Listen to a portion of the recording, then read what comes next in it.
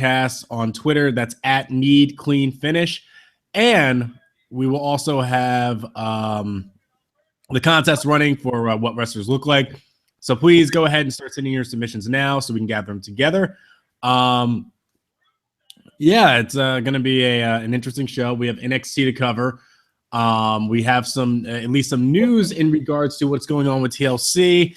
Also, what's going to happen at NXT TakeOver London. We have that show to review as well.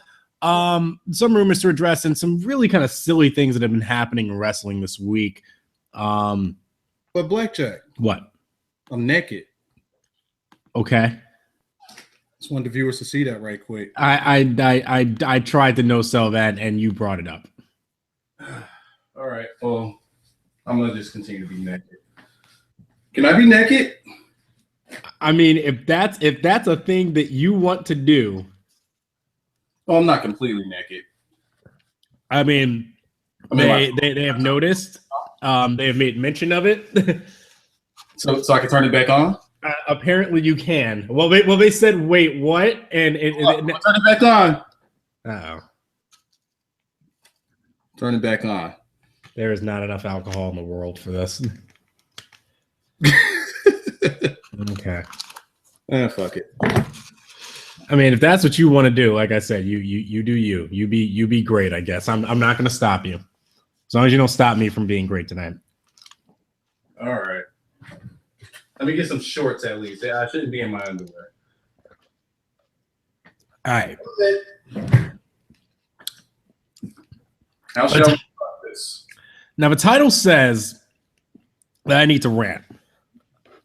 I don't know what you're going to be doing here. Now,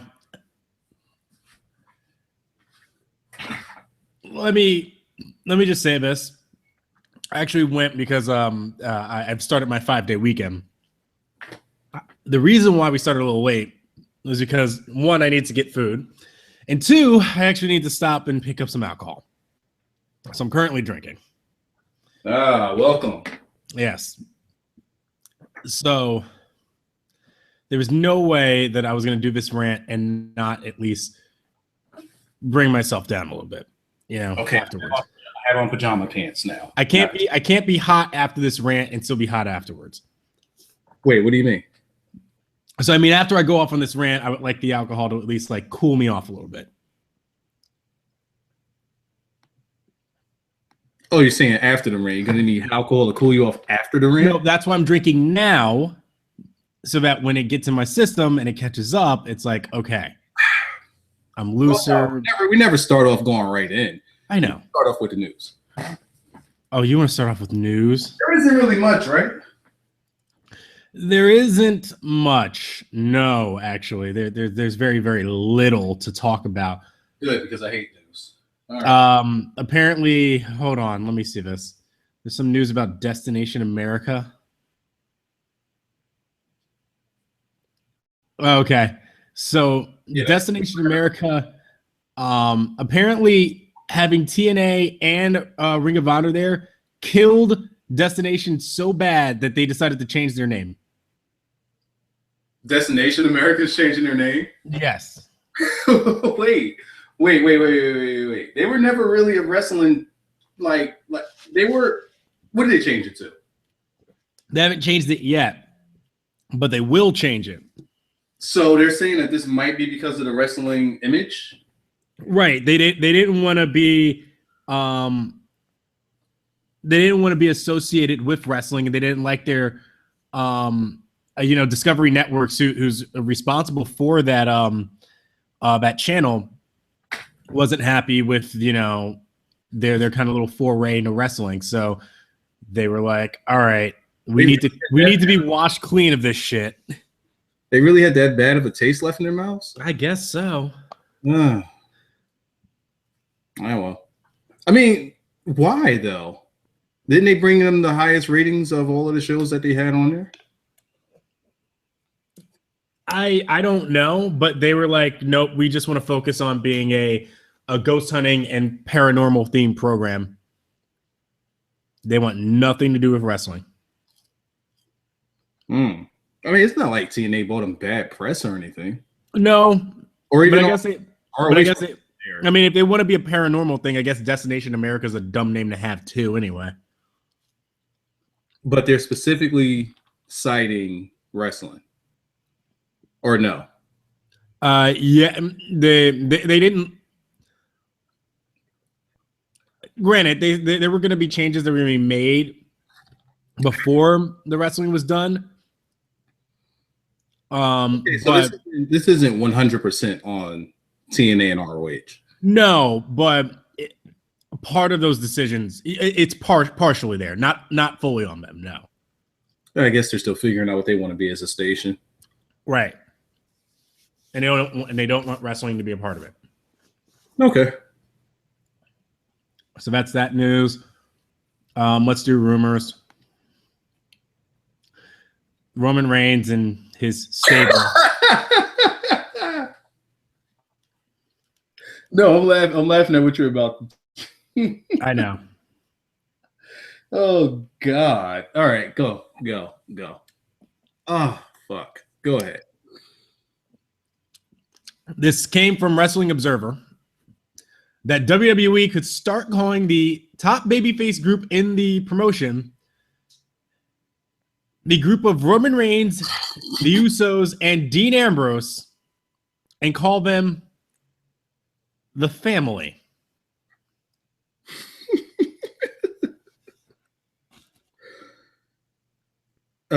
There's no way they come out with this name, right? There's no way they actually pull a trigger, right? I mean, it's WWE. There's no possible way. Blackjack, tell me Monday Night Raw comes on, and we will not see the graphic of the family or the mention of the family at all. I pray not. Especially because La Familia was a thing, and that's essentially the family in Spanish. La Familia sounds a lot better than the family. It does. How corny do they want Roman Reigns to be? They wanted him to be beyond John Cena. Like, John Cena wouldn't even be a part of a group called The Family. Why are they The Family? I believe I laughed enough at this, like, today. I don't think I got any more energy in me to laugh at it. At how corny this is. Like, what? Is it really a faction? Are they really doing a faction here? They're a thing to fight against the League of Nations, Wiza. This is a thing. So this is going to be a faction. Oh yeah, this is going to be a thing. Will they have such a stupid name? I can't say. Like, even before we bring a name in. Mm-hmm. Why does this have to be a thing? Why does it have to be a faction? Because why is it they have to go up against the League of Nations? Well, like people have already said, Survivor Series was last month. Yep. The first thing I said. On top of that, why they can't just be some guys that are helping even out the odds for Roman Reigns just for a week or two, and then y'all go on about y'all business? Why can't just be that? I have no answers for you. Until the graphic or the mention of this happens on Raw, I'm just going to take this as rumor. I can't possibly believe that they're going to be this corny. Probably a smart thing to do. I mean, especially with people still not forgetting Suffer and Succotash. I don't think they want to do this. Continue. I saved this because I didn't want to show you it beforehand. Oh, boy. I just need you to take a look at that. It's in the chat. I just want you to look at it. All right, let's see. All right, and I'll put it in the YouTube chat too. Don't say nothing. Just look at it. Don't say anything. You can laugh. You can like react, but you can't say anything.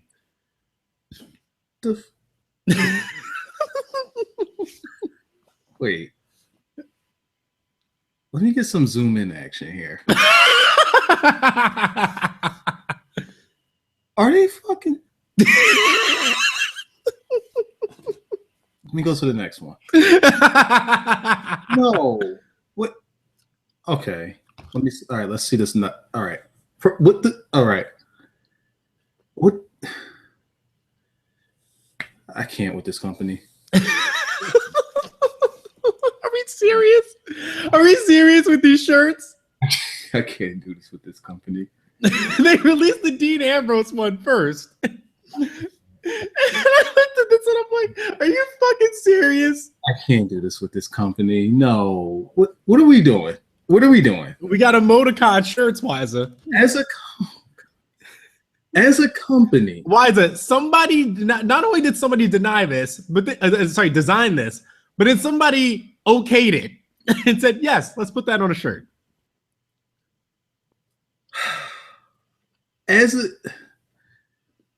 Let me look at this again.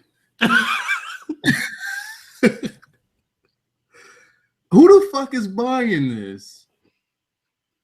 Do they have these for kids? I need to see a link. Is this? They actually do not have it for kids. It's only for men. What fucking adult male is going to wear this? And how the fuck do they end it off with the Undertaker?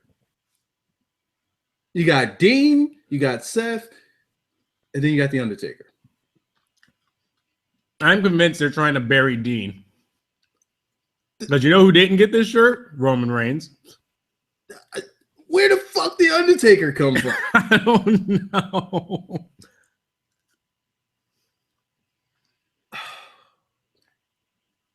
How long have you known about this? Known about it for 2 days. Oh boy. I've been saving this one. Oh. I was gonna rant about it on Twitter. And by the way, this isn't what the rant was gonna be. You said I was gonna rant about how stupid these were on Twitter. And I was like, you know what? Let me save this because then I'll cool off after a while and laugh about it. Then when I show you, it will be funnier. And they had all three of these. Like all three of these are. Well, at first it was just Dean Ambrose, and then they came out with the Seth Rollins and Undertaker one. Oh God. This is their way of keeping up with the times. Yes. Emoticons are getting hot right now. Let's make an emoticon shirt. It'll sell millions.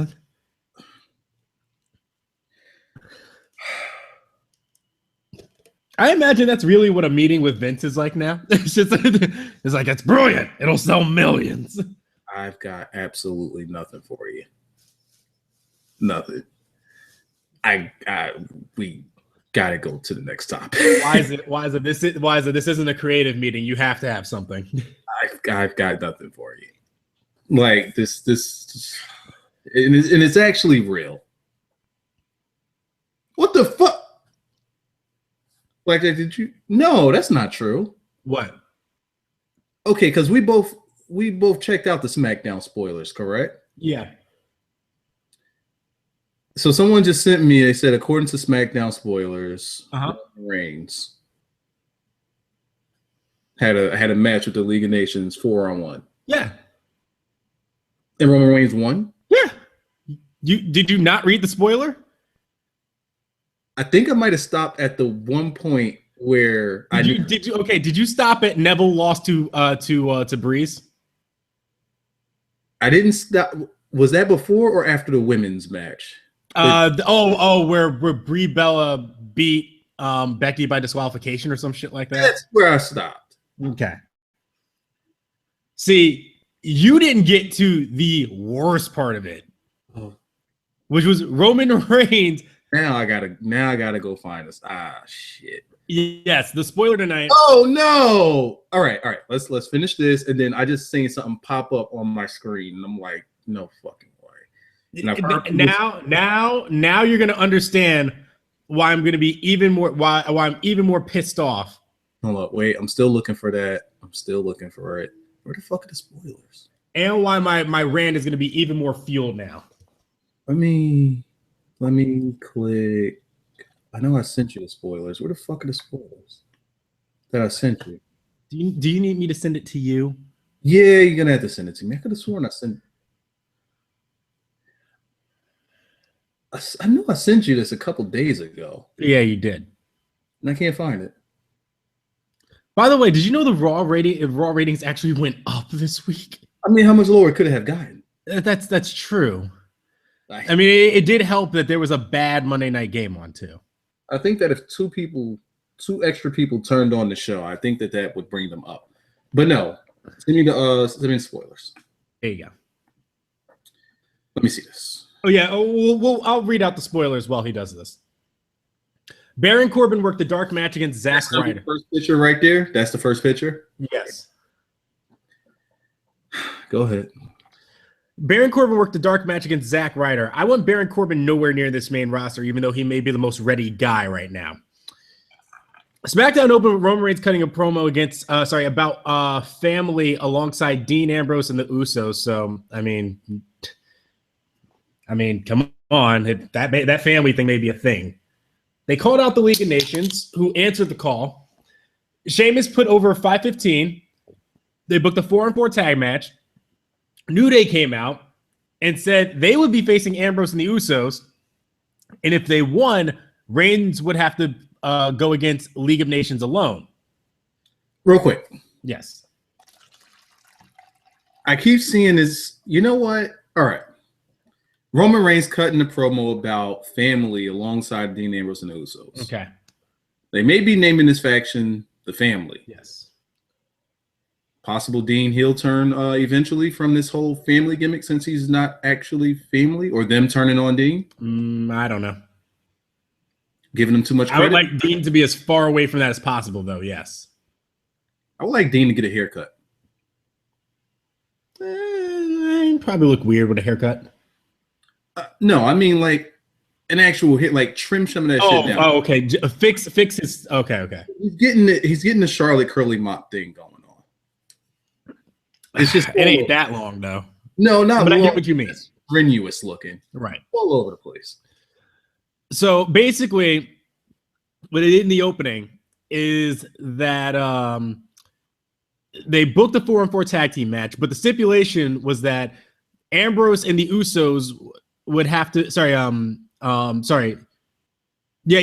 and the Usos would have to beat New Day in order to be there in the 4-on-4 match, and if he didn't, Reigns would have to go in alone.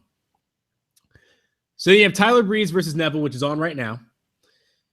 Tyler Breeze wins this match via interference from Summer Rae. Dolph Ziggler is apparently on commentary for this. Brie Bella then beats Becky Lynch by disqualification when Charlotte attacked Brie after inadvertently getting hit by her. But yeah, I guess this is planting seeds for a Charlotte heel turn, which doesn't make sense to me because now we're going into a pay-per-view where Charlotte and Paige is the match and they're both heels now then. How does that work? New Day then has the match and beats Ambrose and the Usos, meaning that Reigns goes in alone against the Legion of Nations or the League of Nations. Stop right there. So disqualification though? Charlotte Tech Brie inadvertently. Okay, so we can stop with the spoilers. We really don't need to go any further. Let's get back to that last part. We do. What? Roman beating the League of Nations by himself via countout. So he made via fucking countout. 4 of them retreat. I'm guessing. Is that what happened? I'm still trying to figure out in what situation could 4-on-1 with one of them being the WWE World Heavyweight Champion. Guardrail. Huh? He handcuffed all 4 of them outside to the guardrail. This company's fucking stupid. Real quick, WWE is interested in 2 guys. One of them is, you know what? Both guys should be nowhere near this. I know the names. You can go ahead and report it. I want them nowhere near the product, though. Jay Lethal and Shinsuke Nakamura. Shinsuke Nakamura. The fuck I say, God? You said Shinsuke. Shinsuke Nakamura. Shinsuke. Or oh, shit. Now I don't even know if I'm saying it right. Yeah, it's Shinsuke Nakamura. It's Shin, S-H-I-N, Ske, S-U-K-E. Shinsuke. So you've never seen State Property, have you? I clearly have not. Okay. El Pollo Loco, man, he don't like repeating himself, so he just say, "Fuck, I say God." Every time he has to repeat himself. But yeah, I agree with you, especially in Nakamura sense. Oh yeah, right now there's no point in him being here. I know people were just like, "Oh, Nakamura can be here. Oh man, I can't wait to see him go against Daniel Bryan." I'm like, no, you don't. You don't want that. They could do a one-off match, and that'd be cool. Yeah, yeah. If it were like a New Japan and WWE like special promotion thing, and they had one match, oh yeah, sure, yeah, I'd want to see that. Do I want to see Nakamura in WWE? Fuck no. Oh, there's no possible way they could emulate that guy's star power. No possible way. He'd be a mid-carder in 2 weeks.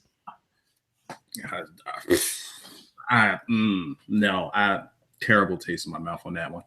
On the other side, Jay Lethal, he could fit as far as like a fun character, but Jay Lethal is getting so much respect now in his heel role. He's a top guy in his company. He's a top guy in his company. He's making a huge name for himself around the world now. He's at the top of his game. WWE is not going to enhance that whatsoever. Then again, the money speaks, but at the same time, there's no way WWE enhances either one of these guys. Nope. Yeah, Kevin Steen at the top of his game, he is yet to be enhanced. Making more money, yeah, more of a name value now, yeah, but they're not using these guys to their full potential. No.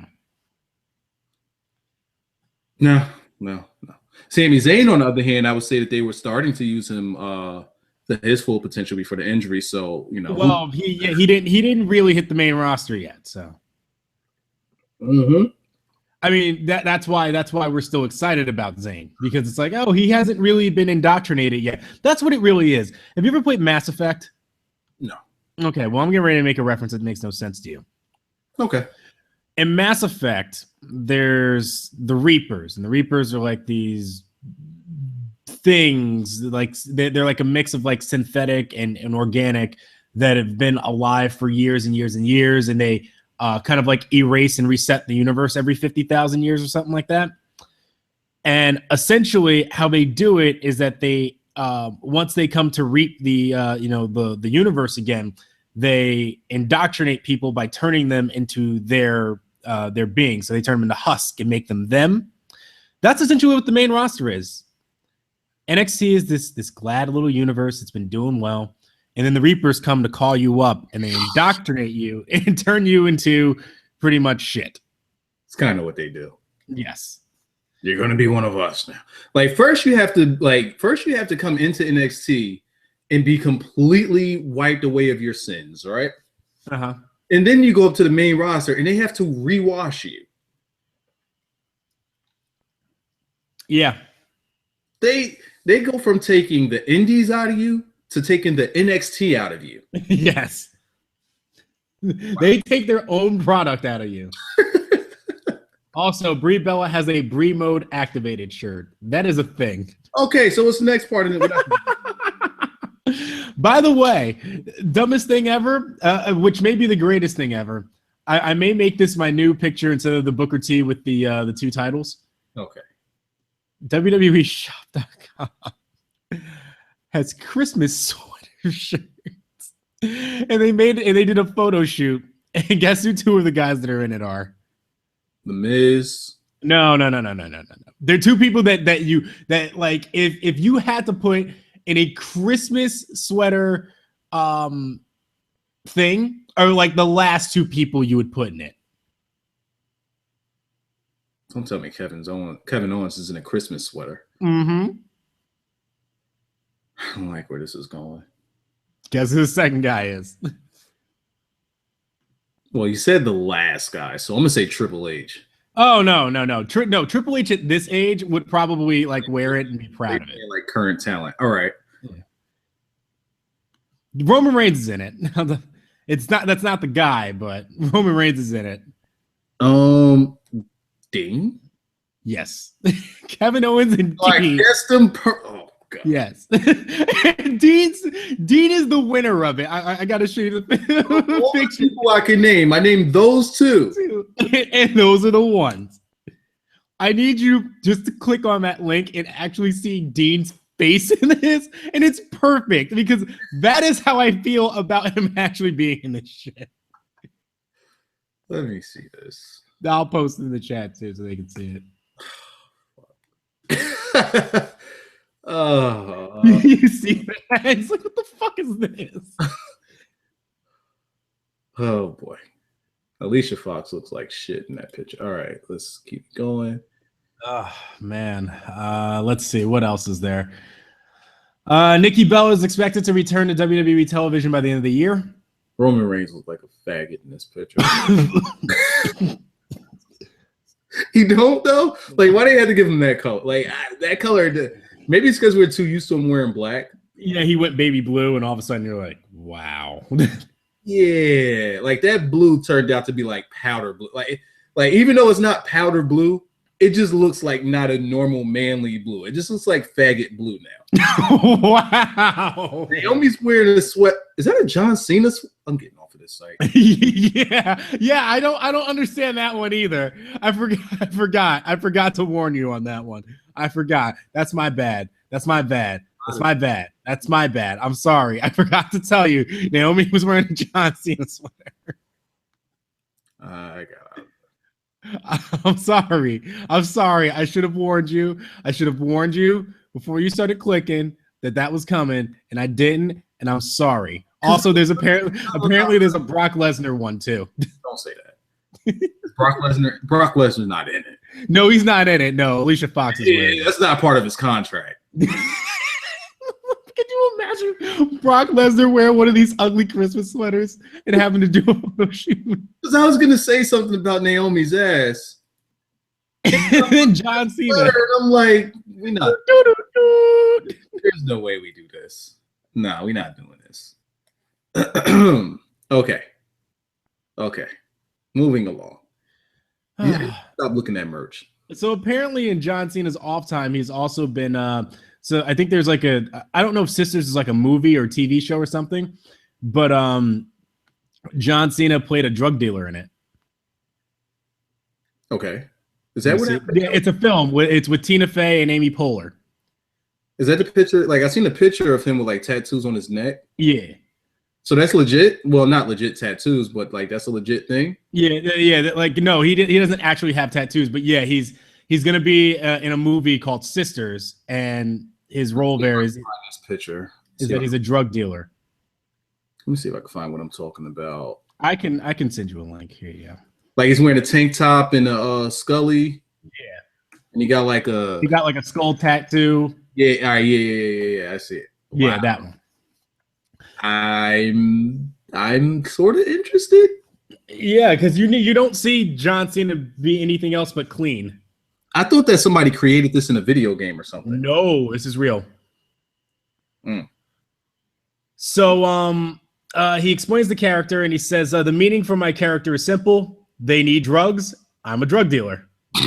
Wow. Well, shit. That makes sense to me. That's it? That's it. They ask us to hang out, which is probably the biggest mistake he's ever made in his life. The party starts off pretty lackluster, then gets pretty cool, and then gets pretty crazy, and then becomes chaotic. Wow. Huh. Did you hear the news about I don't know if John Cena was doing a Make-A-Wish, but he told a blind kid, "You can't see me." No, really? That's out of control. I'll send you that one. You can't see me. Yeah, he's wearing a suit and everything. Here it is. It's on Twitter. Okay. Oh, see, this picture you sent here is a different picture than what I saw. Oh, well, because that's the video. Okay.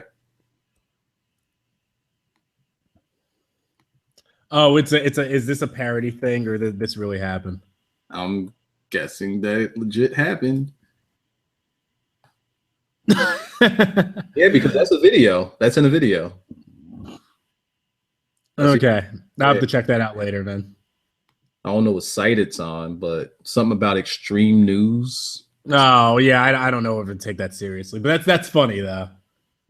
Nonetheless, just if kayfabe news had said that, I would probably laugh even harder. My bad. You're right. Can't see you. Sorry about that. WWE may be planning to add another wrestler to the Charlotte Paige Divas title match at TLC. Please no. Well, actually, they'll have to, because if they're both going to be heel. Why are they having a match? Because Paige didn't lose her rematch that she was granted. Oh yeah, we talked about that because we said that was her chance. Right. It's stupid. Don't. The SEC Scoops is reporting that Mick Foley's son Dewey has been brought on by WWE to assist with creative. Apparently, he'll start sometime next year, and I actually don't care about this. Mick Foley is at the point where he doesn't want to watch wrestling anymore. No, because he changed his mind the next week after all the women got featured. No. He said that this week on Austin's podcast. Really? Yeah. He spoke about it vehemently. Okay. He said his kids are bored with it. Because he usually only watches it because his kids watched it. And now, so then what's happening is that he's blindly supporting the women then. Well, he wants them to stay as far away from Sasha as they possibly can. Oh yes, they will. That was his request. Okay, yes, he does. Yeah, that was a legit request. He said, "Leave this girl alone. Don't fuck her up." Mm-hmm. I don't know what they're gonna do, but nonetheless, he's really upset with the product right now. Him and Austin, like, they really laid in a little bit. I would say really in a little bit at the same time there. Well, it was about damn time. They really, went in. And I don't know, maybe this is just on my iTunes, but I was listening to it and halfway through it went to commercial. And then when it came back on, it just replayed the first half of the interview. So I didn't hear the second part of the interview. Okay. So I missed a bunch of it. So I got to find another way to watch it or listen to it, I should say. Well, it's interesting because, Mick Foley 2 weeks ago said that he was considering making that episode of Raw his last as a fan. And then this week he goes, liking what I see in women's wrestling. Impressive win for Sasha Banks. And I predict great things for Becky Lynch and Charlotte. I'm liking. I want to see where this all leads with Sasha Banks and Charlotte and Paige and Becky. I enjoyed this Raw. I asked them to give me a reason to keep watching, and they did. This is coming off the one this week. Show me that. All right, hold on. You're going to have to scroll down for this one.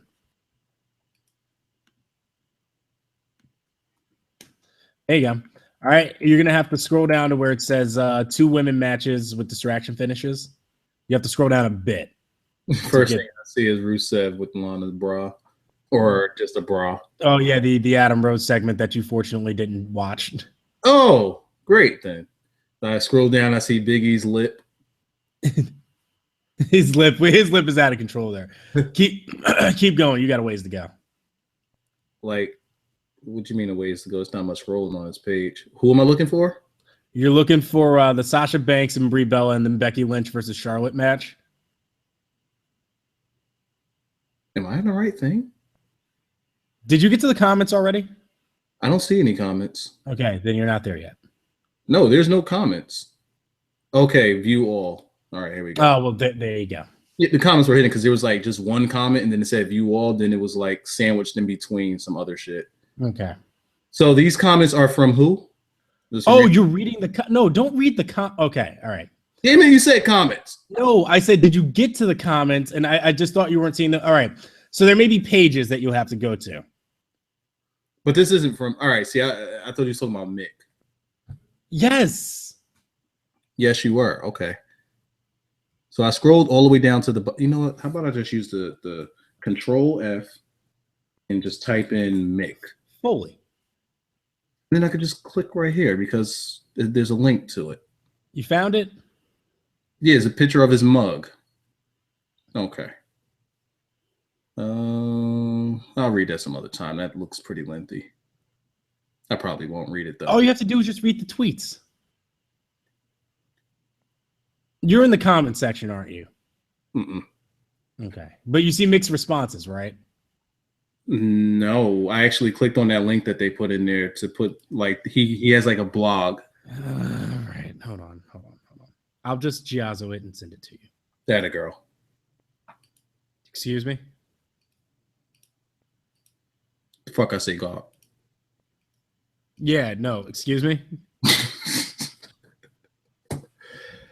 All right, let's continue. So he was okay with the women's gimmick? He was apparently okay with this Raw this week. He said he enjoyed this Raw. This was November 30th. I don't even remember what happened with the women. This was when Becky was a dick to her friend. Charlotte was a dick to her friend. Okay. Yeah, see, again, so I didn't hear what he actually said about the women on Austin's podcast. What I heard was why he is bored with the product and how much trouble they're in. But how can he say that and then here on Twitter he says, I enjoyed this Raw? Well, it was recorded before this particular part. They just okay. You know, I think it aired. When did it air? I think on Tuesday. Either way, he's wrong. Yeah, it aired on Tuesday. Okay. I want to see where this all leads. I enjoy Raw. I asked them to give me a reason to keep watching, and they did. What's the reason? I'm still trying to find a reason to keep watching beyond just providing a goddamn review. Yeah. If it weren't for that, and I did that survey that WWE handed out. If it weren't for that, I would not be watching. What was the survey? There's a 10-question survey where they asked some questions about, hey, how often do you watch? Do you switch to commercials? What things do you want to see? All that good stuff. Man. Because they don't take any of that into consideration. I don't think so either. Single fuck. Because, Vince McMahon. So yeah, and according to the Observer 2, Rey Mysterio isn't expected to work many more dates for AAA in 2016. WWE wants to try to bring him back. For what? I don't know. They didn't want to use the guy when they had him. I think WWE just wants things. WWE is like an old cat lady who just wants to get all the cats, not because they're going to do anything with them, but just because they can have them. I just want every cat possible. So did you hear the rumor going around that a possible matchup for WrestleMania 32 is Brock Lesnar versus Kevin Owens? I have heard that Kevin Owens has been wanting this match. That I believe more than him actually getting this match. Yeah, I don't see how they could get to this match. I don't see it. Yeah, I just flat out don't see it. Especially the way they're booking them. I mean, of course, they could change that at the drop of a dime. They did it with Big Show. But no, like, what have they done with Owens to make us believe that he deserves a shot at Brock? Nothing, especially because right now he's the Intercontinental Champion. Like with Big Show, you could at least say, well, Big Show is a veteran. He has history in WWE. He has done things. He has beaten Brock. So if need be, they can say something. But about Kevin Owens, what the fuck can they say? Right. By the way, is Rusev supposed to be a heel, right? Correct. I have a question. Why did they make him a babyface? Wait, what? When? On Raw on Monday. What'd he do? Remember, Lana got hurt and he decided to take a count out and help her. No, because that's his woman. Yeah, but it made him look like a total babyface. No, he helped his heel girlfriend. He said, fuck the match. Fuck how you guys feel. Oh, you guys wanted a result? You wanted the finish? Fuck your feelings. I mean, but did you see my dude Tyson Kidd? Like his wife Natalia, and he was just like, all right, whatever. And then whenever she messed up something, he'd get mad at her. But that was their character though. Like that was part of their whole shtick that we never even got a real story on. And even now Lana doesn't have her hair up anymore. Now her hair's down. She's got the side braid thing going on. This reeks of face. This is not heel. Her hair? Yeah. Well, no, just them together. I'm looking at this right now with the sound off. These look like two faces. But League of Nations. I don't know. I don't know what the fuck they're doing anymore. Anyway. Are there any other rumors? No, I don't think so. Oh, speaking of that segment, according to Dave, We're going on an hour here. Almost. No, we're not. No, yeah, because we started late. According to Meltzer, Ryback remarking that Ziggler. All right, I need them to stop kissing. Remarking that Ziggler and Lana went all the way in his promo. Shit was extra aggressive. I know. On Raw was in the script, but that Lana wasn't told about it. What was in the script? That Ryback was going to go out and say that the Zig Man did go all the way with Lana. Okay, so everybody knew but Lana. Yeah, and apparently maybe Rusev didn't know either. That's no big deal. Well, that's why Lana afterwards was just like, Rusev, crush. She was like, early. Yeah, I was like, I wasn't ready for that. Man, she said that early. Yeah. Like, wait, but what about the match though? Like, we going into commercial. You talking about crushing somebody? Are we gonna see the crush? Mm-hmm. Step on his back right now before he gets in the ring. What are we gonna do? How's he gonna crush the guy? Yeah, I don't know. He takes the count out. Yeah. By the way, you know that Sheamus 515 shirt? Nope. They put shit on the back of it. Oh yeah, I know what's on the back of it. Stupid. We got a long ass paragraph talking about arse and kicking it. It's a stupid shirt. It's not going to sell, and they're going to be done with it. Well, they ruined it by putting shit on the back of it.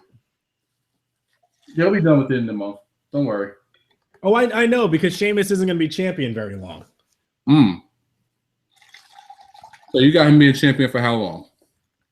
The longest I can see this going is Mania. That is his deadline period. I don't even see that. I can't see him in a high profile match at Mania. I don't want to see him in a high profile match at Mania. Hold on, but wait. He just might be. Everybody's fucking hurt. Exactly. Who else? Yeah, I mean, who do you put with Reigns? Lesnar? Triple H. No, I won the Royal Rumble. It's gonna be me and you now. I am the game. Well, so do they really want to save Reigns' moment for WrestleMania, or like what's the gimmick here? It's Vince. It doesn't shock me. Do they want this moment to happen so that they can sell it on a DVD and say, "Oh, look, it finally all came together at Mania." Because if they do want to do that, then how do they get the title off of Sheamus? Ambrose? No, he's doing stuff with Owens. But what if he loses to Owens? Which he will. And then decides, I want to go after Sheamus. I want my shot at Sheamus. And then he beats him. And then Roman gets jealous. I don't know. It's WWE. They think of shit like that. And that's why I took a deep breath, because you could pull that off, but at the same time, it's WWE. No. No. Oh, that's what you want? No. And I'm not even saying that that'd be a good Do you think that the whole thing that they did with Survivor Series with those two could have possibly just been a teaser? I mean, that shit ended in 7 minutes. Yes. You really gave that 7 minutes? They gave that shit 7 minutes. That whole wasn't 7 minutes. Yeah, it was. That whole wasn't no 7 minutes. It felt like 5. It felt like 2. Pretty much, yeah. That shit got started and then it was over. Oh shit! I forgot we were no selling this. Joey Ryan apparently did the greatest thing in wrestling ever. Have you seen this? He partnered with Brad Maddox, Brad? No, not quite. So I think everybody here knows Joey Ryan to some degree. He's like a mixed gender wrestler. He will wrestle women. He doesn't care. He's taking like a balls plex from Candice LeRae. He'll boobs plex girls. He's done all sorts of weird things in wrestling. This, however, is an absolute first. It actually made ESPN on Highly Questionable. Highly Questionable sold this. Okay. So Joey Ryan was in a spot with Donchko Dino in a match with at the DDT promotion. So it wasn't Big Daddy Yum Yum. No. It wasn't Big Daddy Yum Yum. And the spot was that Dino went low and grabbed Ryan's junk. Wait. And apparently his junk put him in a hold. And so they were at like I got to send it to you. It's not going to make sense if you don't actually see it. He put his meat in a chokehold? No. So he tried to go low and he grabbed his meat, but then his meat was so strong that he held the. you got to see it. It'll make. I swear, if you see it, it'll make a. Wait. How do you say that? We just let that go. You have to see it, or else it won't make sense. The thumbnail right here. All right, you gotta see it. It's actually pretty great. Let me just see this. This is greatness. Oh.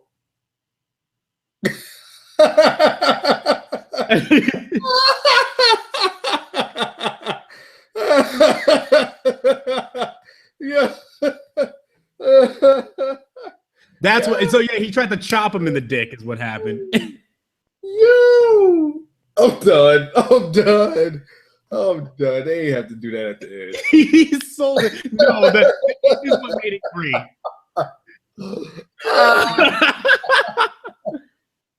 Yo, I gotta run that back. He sold a monkey flip to his dick when he started posing. Oh no! Triple H right there. Oh my God, this is too good. The dude's selling it. Mm-hmm. Oh man, that's some great A shit right there. That is strong dick style. Isn't that great? They said Joey Ryan uses penis to win a test of strength. Yes. What the fuck is going on out here? This is the same promotion that I think had Tanahashi give a PowerPoint presentation after he won a match. What? I gotta. I'll show you that one later. He gave a PowerPoint presentation. That instantly made me think of Matt Striker. Oh man, that company's out of control. All right, can I rant now? I think I'm out of. I'm about to ask you like what you want to rant about before we got to that, but go for it. Oh well, then ask me. Well, Blackjack, what is it that you was holding out on? Actually, before we get to that, not a guy. There's updated. Did you know that WWE updated their list of banned items at live events? Yeah, the selfie stick. How are you gonna ban something that people use? So Tyler Breeze is just gonna come down to the ring and he's gonna get jumped by security.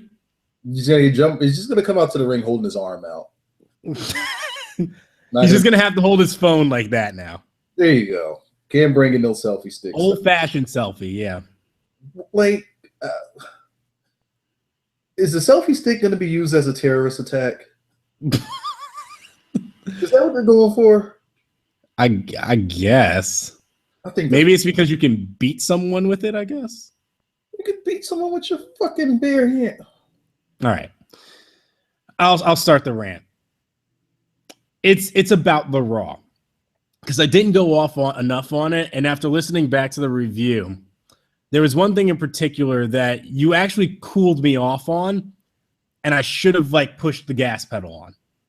Yeah, I got a good knack for that. We didn't sell enough about how much of a circle that Raw went. We should have. Time out. I'm cutting your heat again. This is important. All right. Go to the Twitter. Okay. Of the clean finish, and look at the last tweet sent to us. Just read. All right. I'm in Blackjack. Let me go to need clean finish. The caption they put with that one. Which one am I looking at? CM Punk one. Like you don't even need the picture. Just what he said. Yeah.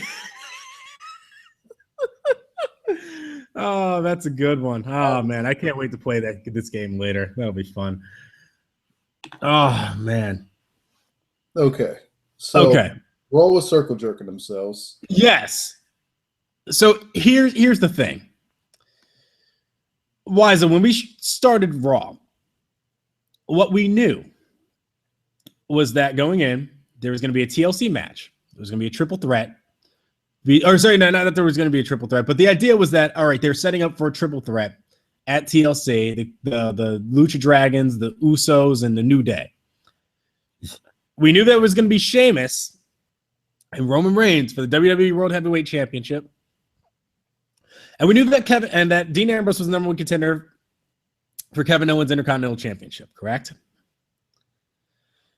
The whole premise of this show was that Roman Reigns was being built up as having to deal with consequences. It was a stupid idea, but they were going to say, "All right, you know what?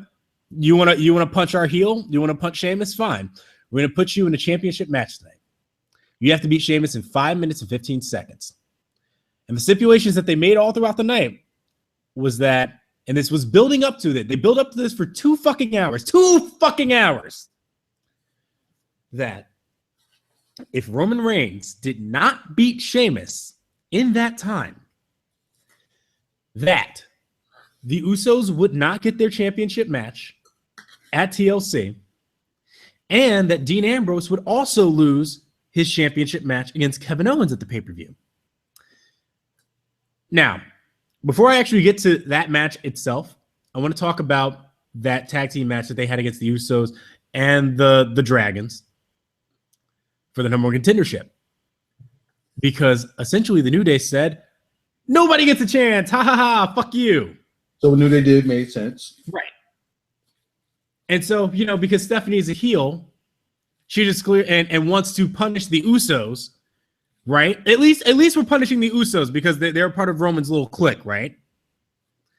She punishes them by putting them in the fucking championship match again. Well, don't you understand how fucking stupid that is? She put the Usos, so essentially she had a reason to not put the Usos in the championship match. And instead, she gave them the championship match again.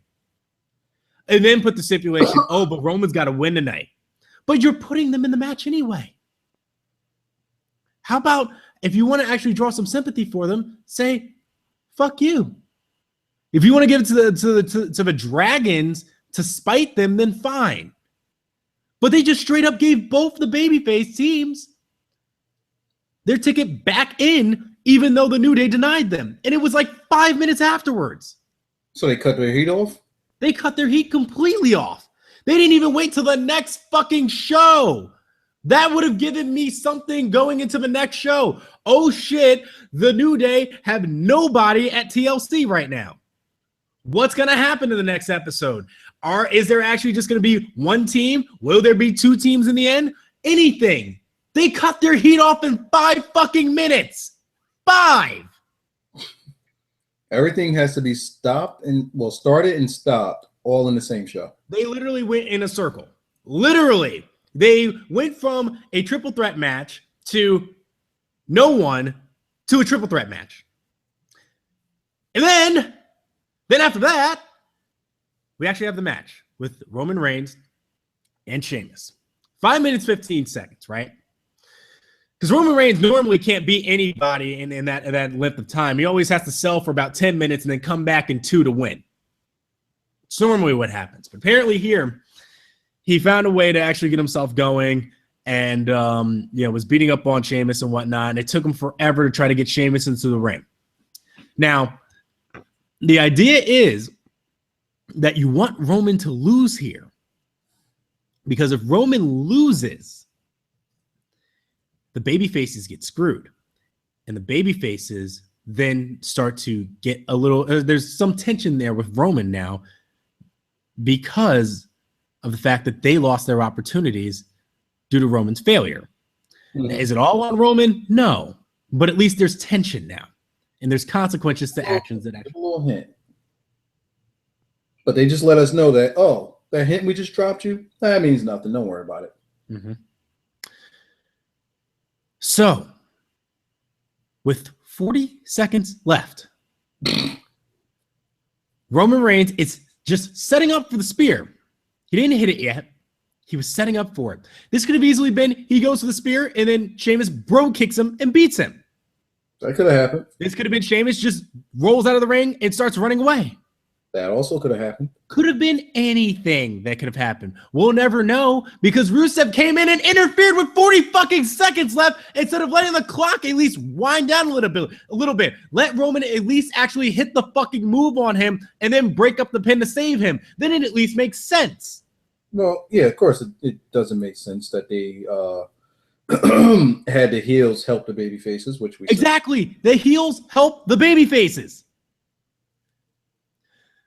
So, in a matter of 2 hours, we went from no match at TLC for the New Day, potentially a new contender for Kevin Owens, and the weirder stipulation of, if Roman wins, he gets his shot at TLC again, which doesn't make sense because if he won, because that stipulation implies that he was going to get DQ'd anyway, but if Roman were to win that match fair and square, he would be the new champion. Why would he want to earn a shot to get the title again at TLC? It was a weird stipulation to lay out anyway. It frustrates me because not only did they interfere with 40 seconds left and broke all that up and made everything useless because now we go right back to where everything was 2 hours ago. It was a complete waste of 2 hours. Then on top of that, they make it legit that their faction is the League of Nations, right? Right. And then they say, we're going to have a 4-on-4 tag team match at the end of the show. And then they add the New Day to it. I don't have a problem with the New Day in particular, but my issue here is that if you want to get over the faction, and I understand that that faction is full of 4 geeks that Roman Reigns has already beaten, but if you want to put over the faction, leave it 4-on-4. So here's one other thing.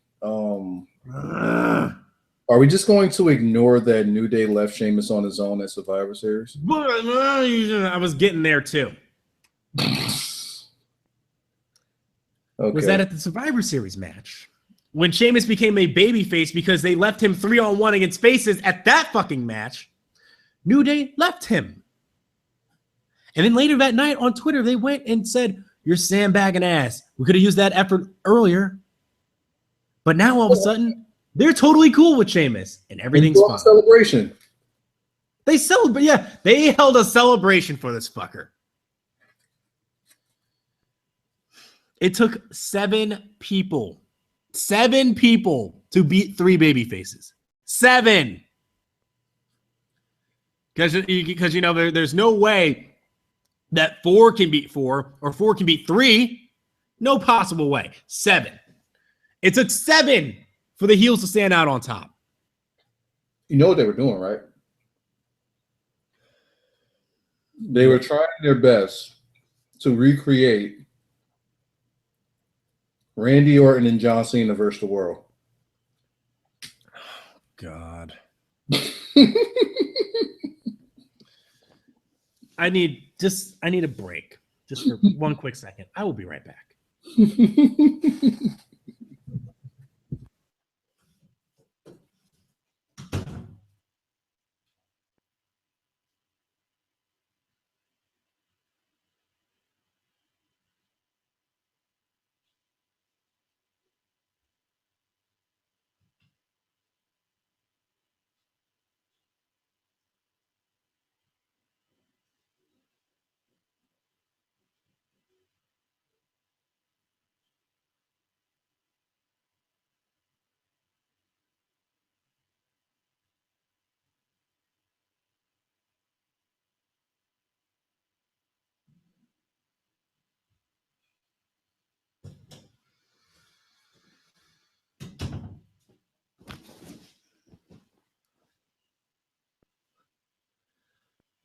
All right.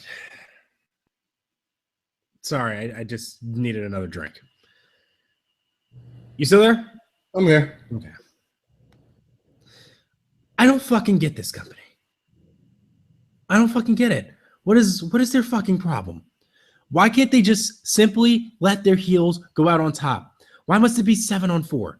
And then on fucking SmackDown tonight, you have Roman Reigns beat your new fucking faction that you just put together. 4-on-1 by countout. It is the exact same. I can't even talk about them. So you're saying that they should have been dead. I mean, he should have been dead. You got 4-on-1. They should have killed him dead. Yes. It is 4-on-1. You know how this match, you know what? I'll tell you exactly right now how this match would have happened. You let Roman Reigns get his offense off for the first three minutes. If you wanted to go that long, that's fine. First 3 minutes, he can get his offense off. And you know what happens? They kill him. Kill him dead. Kill him absolutely dead. This match should have ended with a bullhammer that then gets set up into a bro kick, and then he gets hit with Rusev, and then Rusev goes and or no, who else is in this faction? Del Rio. Mm-hmm. So you know what? You do a bullhammer, you do the shit. You do a bullhammer, you do a bro kick. You have Sheamus pin him. That's fine. I don't care if Sheamus pinned him. It's 4-on-1 in this situation. You have Sheamus pin him to get his heat. Then you go and you have either Rusev put him in the accolade, or you have, or you know what? You can have Del Rio just go to work stomping on him, and then Rusev goes and puts him in the accolade, and the faces have to come out to make the save. It's the only way this match should have ended. Only way. How they got to count out? You know what? This is the problem. And this is the overlying theme with all the matches. The ones on Raw that I talked about, and then the one here on SmackDown. If it's a stupid fucking match, don't book the fucking match. Oh, okay. Don't book a match that gets you that goes in a circle or doesn't advance anything. If it does nothing, if it's stupid, then just don't fucking book it.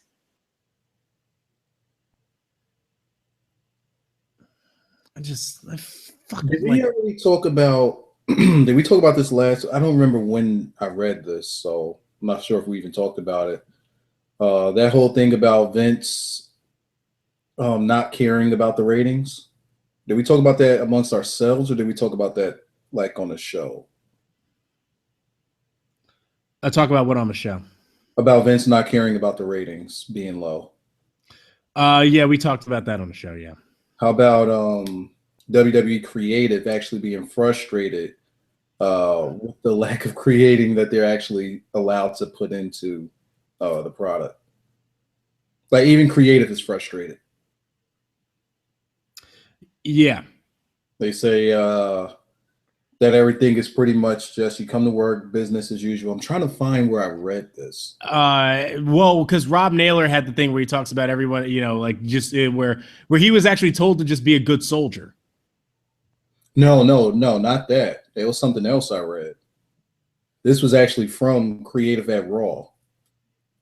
Like how this is how backstage, how they feel backstage at Creative at Raw. Like they feel like they're not allowed to be creative, and they're pretty much just showing up for because it's their job now. They just show up, do what they're told, and go on about their business. Yeah. I'm trying to find where I read that so I can read the whole thing, but nah, might be too lazy. Mm-hmm. They should have killed Roman dead. If you want to get over this faction and make them seem like a legitimate threat to Roman Reigns winning is not an option. Because you know what they're booking, right? Because they're doing it this way, this means that Sheamus is winning at the pay-per-view. I got Sheamus for winning. But they telegraph it so blatantly, obviously, because this is how they always book it. They always do it this way. Do you agree with me when I say Sheamus's character is to just be a troll? I actually like his character right now, but the problem is that I can't get invested in it. But he's just a troll, though, right? Yes. He just fucks with people. Yes. That's his thing. He's just there to fuck with you. Buddha Hell is absolutely right. They can hire all the writers in the world right now. Mitz is on top. He's booking everything, so it doesn't matter. The issue is just that Vince just doesn't see an issue here. He doesn't see anything wrong, according to what people are saying. Should we just not watch Raw next week? It's legitimately making me mad. It is legitimately making me mad. I wish that it just came out on Hulu Plus Live. Hulu Plus Live. I really just wish it came out on Hulu. Like, I might just start watching the Hulu Plus no cells. Remember those? I remember those days. When I would watch it on Hulu and I'd be like, oh, they no sold that, no sold that, no sold that. But we got to be live, man. They want our live reactions. It's just that it goes on way too long. Like, by the time it's over, I'm like, I don't even want to talk about this shit. No. Or either that, or I forgot what it was that I wanted to talk about. I mean, NXT, I wanna talk about as soon as it happens. Yeah. But it's just not set up like that. God, no. Speaking of NXT, you want to get into it, or you wanted to talk something else about? Oh God, no! As far away as I can get from this Raw, thank you. All right, so you didn't want to talk about the women, right? What's there to talk about? Like with the DQ or whatever happened on Raw. I thought, all right, cool. So you had nothing for that. You thought I was gonna rant about that? No. All right, so let's talk about Raw. Raw. Let's talk about NXT because we got about a half hour to mess with here. NXT kicks off with the Perfect 10, Ty Dillinger and Baron Corbin. They had a quick little match here. So it is official. Ty Dillinger is face. They finally made the move, which makes sense because the crowd is cheering him like crazy. Do you care about Ty Dillinger? Not yet. Okay, it's not just me then. I like that I like that they at least have a gimmick for him. Yes, right now his job is to job, but that's because they don't have anything for him right now. This is what WWE should be right now. If we don't have anything for you, we'll put you in matches, we'll feature you, but you're going to get beat very quickly. And then once we have something for you, then we'll start using you. I'm okay with that. That's how it should be, period. Instead of all these 50-50 guys. But the thing that NXT has to lean on is once they build that person up after jobbing them so much, once they build them up, they're gone. They're moving up. Yeah. WWE doesn't have that luxury. So it's like, all right, we've built you up, but now that we have nothing for you again, we can't send you anywhere. You're stuck here. So do we start jobbing you out again? Endless cycle? Tommy Dreamer. He did things? That's just my answer. Tommy Dreamer. All right. So yeah, Baron Corbin goes, beats him in like maybe 4 or 5 minutes. Hits the end of days, and then Apollo Crews backstage says that they're gonna have he knows that Baron Corbin is his opponent. He's gonna crush him, but he's gonna crush him first at his tag team match next week. Apollo Crews and Finn Balor versus Corbin and Samoa Joe. 5 minutes, maybe 10 minutes into the show, and we already know something that's going to happen next week on NXT. Can you tell me what is going to happen next week on Raw?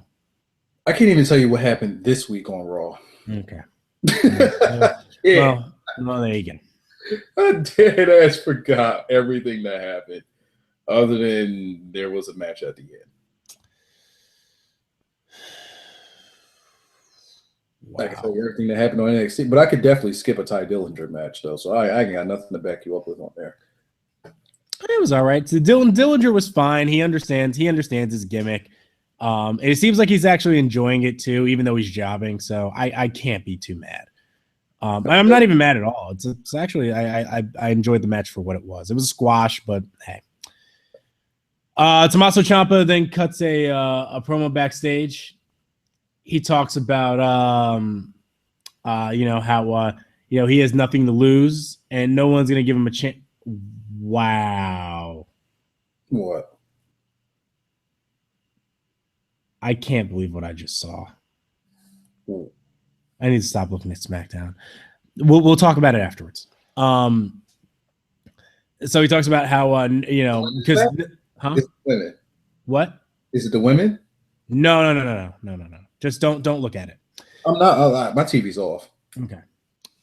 So Tommaso Ciampa talks about how nobody's giving him a chance, that he can't win this match against the people are saying he can't win this match against Samoa Joe. He's faced Samoa Joe in the past. He knows who Joe is. He says that Joe's become a changed man recently, but that he was going to shock the world when he takes on Joe tonight because he has nothing to lose. It was a good promo. Good for what it was. Ciampa to not have any type of contract with WWE. He sure is on NXT a lot. Yeah. I think they're in the works of something. They even put him in a feature spot on the show. Yeah. Well, remember, because he's wrestling with Evolve, and they have that relationship too. But a feature match, though? True. Yeah, because Gargano has been MIA recently. Completely. But I think isn't he like Evolve's champion or something? I don't know. Either way. So after that, we had the return of Blue Pants. Blue Pants came back. She has new music. I don't know if this music is better, but I didn't mind it. It was actually fine for what it was. I mean, better than dun, dun, dun, dun. Yes. It actually sounded like they put some time into actually producing this theme. Could you get worse than that? Is it possible? No. All right. So I mean, it was a true jobbers theme though. People would still pop for that theme going off, which is crazy. Did she come out first, or did Nia Jax come out first? Nia Jax came out first. Okay, so they wanted to pop. All right. So yeah, Blue Pants came out, and she got killed by Nia Jax. There was one thing about this match that bothered me. When Nia Jax hit her leg drop, and then kind of laid there on Blue Pants, I'm just waiting for her to just lay there. Just sit down. You have the pin. Your leg is over her neck and chest. Yeah, just don't move. Yeah, just don't move. You already have the pin. Because I'm watching the ref get into position. He's getting ready to count. And then she takes about 2 seconds to get up and then put her foot in her chest. I understand she's trying to make a statement, but that makes just as much of a statement. What they want to do, they want you on the hard camera. I know. But they just need to get over that. They need to start making it so that the hard camera follows them a little bit. Yeah, because that visual of her just sitting there after a leg drop, I think speaks volumes more. Da, da, da, da. Then after that, we had Tom Phillips in the back. He talked with Dash and Dawson about them being tag team champions. Tom said, well, what about the consequences? And they're like, oh, you mean the consequences of us being champions? Oh yeah, we love the consequences. They're great. The consequence of our actions, yeah. But then he said, no, well, now you have Enzo and Cass coming after you. And he was like, well, what did they do to deserve a title shot? We beat them. But you know what? We'll take them on at London. Sure. And then we're going to walk out tag team champions, and they're going to be lucky if they walk out at all. Straightforward. You know what else I loved about this promo? They weren't joking around. They looked at the camera. They did that. When it came time to address the audience and to address what's his face? Enzo and Cass, they looked dead at that camera. Here's one thing I noticed. As you said that, and it's not about NXT, it's main roster. Because I started thinking, I'm like, they really don't have you looking at the hard. No, that's exact. This was the rant. I was about to go off on this. Go ahead. But that's not where I was going. But I was going to specifically point out Kevin Owens, because Kevin Owens kind of beats to his own drum, right? Right. And I was thinking, like, well, where exactly does Kevin Owens look? He always looks directly at the reporter.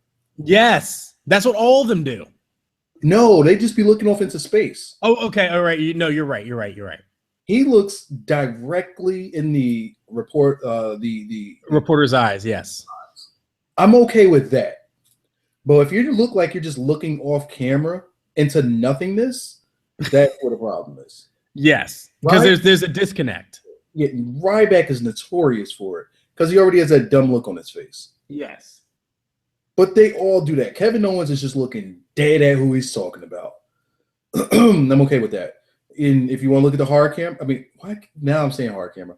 But if you want to look directly into the camera, that's even better because now you're talking to the audience. With Kevin Owens, he actually never really sounds like he's talking to the audience. He always feels as though he's talking to whoever's talking to him because he's always going back and forth. So that works for him. Yeah. Okay. I'm sorry. But yeah, it's just so refreshing to see because you don't see it at all on the main roster. If it does happen, it's very, very rare. I saw some old Shield promos where they would grab a camera backstage and just kind of cut a promo into it, and that was about it. But like we really haven't seen this since like Flair, Hogan, Warrior, even Macho Man. I mean, you can even go back to Stone Cold and Rock days. They would look into the camera. Aggression days, they did it too. Yes. Cena used to always look into that. Well, Cena still does. He beats on occasion. He does what he wants to do. Yes. Because he has no pull. Who else? The Wyatts, they look into the camera. Oh wow, we're talking about them again. Okay. Fuck me. You know what? I'm gonna shut my mic off for a minute. Give me a second. I apologize.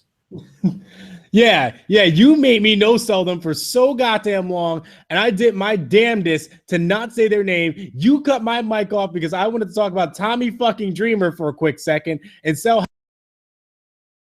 Fuck you. No, fuck you. You wanted me. No, we're not doing this. No. You fucked up. You fucked up. You fucked up. Not me. You fucked up.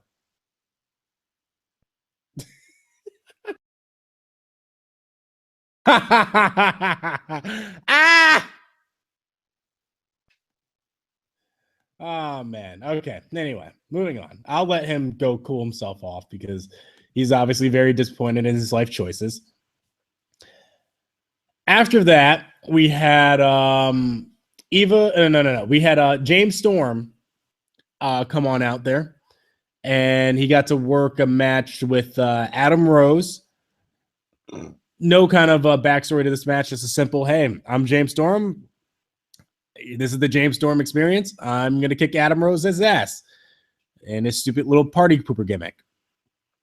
So they worked. James Storm hit him with the last call. Match is over. Good, quick little squash. Let you know, hey, James Storm is pretty good at this wrestling thing. Builds him up for a match later on. Adam Rose, I have no idea what they're doing with him. But that's fine because we have no idea what they're doing with them, and they're treating them like they have no idea what they're doing with them. With other guys, it's like we have no idea what they're doing with them, yet we're giving them 50-50 booking. So NXT gets it right. Then after that, we had a tag team match with Jason Jordan and Chad Gable versus the Vaudevillains. The Vaudevillains obviously being the former tag team champions. I think this was the one match of the night that wasn't really a squash. Yeah, I still got to shut up. It says the person who is Okay, no, you're all right. So you're just that's going to be a thing. Okay, all right. I'm disappointed in oneself. That hey, you broke kayfabe, man. You broke kayfabe. That's all on you. So oh shit, I lost my train of thought now. We had that was right. The Vaudevillains versus Gable and Jordan. They cut a quick little promo backstage. Jason Jordan's promo was great. And it was a little cocky. And then Chad Gable came in and cut the cheesiest, corniest promo ever. It was hilarious because it was so ass that Jason Jordan didn't even back him up on that. He just kind of looked at him like, bro, you serious? And then they did their Ready, Will, and Gable line. It was great. These two were great together. Vaudevillain said, they said Ready, Will, and Gable, and they said, and Manly. And the second they shook hands, I was like, the Vaudevillains are turning tonight. I knew it. I called it right there. The second I saw them shake hands, I was like, they're going to turn soon. They're either turning tonight or they're turning soon. Because they're losing and they're starting to, and and even when they talked in their promo, they talked about their struggles and how, Jordan and Gable can't overlook them, even though they're great wrestlers. They're going to prove why they're champions or why they were the former champions. So they had a very good bout. They all of them got off their offense. Jordan and Gable were really working not Gotch. What's that boy's name? Aiden's leg. Aiden English. Yeah. They worked his leg to eternity the entire match, which made sense because Dawson and what's his name had worked it and really injured it. So it made sense. I'm really disappointed in myself. Continuity. If I can about this match a little bit. Go ahead, Mr. I break kayfabe. See, now I feel bad again. Never mind. No, talk. Go ahead. Yeah, I feel miserable. I feel terrible that I will utter such disgusting, foul language in these people's ears. So what I get with what they're building here, and you guys already know it's not like we're trying to go in chronological order or anything, but at the end of the match we got the Vaudevillains being a bit standoffish after the match with Jordan and Gable. If the story that they're telling, well, let me not say if, because NXT, they do what they want to do, and normally we can put our trust in them. But I would like for them to at least add to the story the fact that NXT is evolving and they're not keeping up. Which in turns is just something that they notice.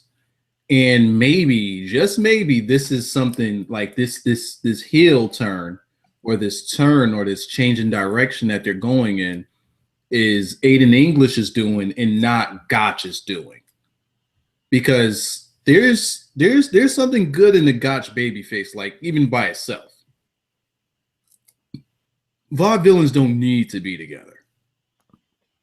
Aiden English needs Gotch more than Gotch needs Aiden English. I don't know. I'm just not. Other way around. Hold on, wait. Aiden English. So you think that Gotch needs Aiden English? Yes. Why? I don't think Gotch works as well without Aiden English. Why? Gotch fits that gimmick well. I think if Aiden English were to drop this gimmick, he would be fine. If Gotch were to drop this gimmick, I'd be worried. Why? I buy it. Granted, I understand that could be a testament to Gotch really being very good at comebacks. No, at this character. Oh, correct. Yes. So it could just be that this is the only thing that we've seen him do. This isn't the only thing that we've seen Aiden English do. We've seen Aiden English be something before the Vaudevillains. Whereas I don't really remember Gotch before the Vaudevillains. Yeah. You?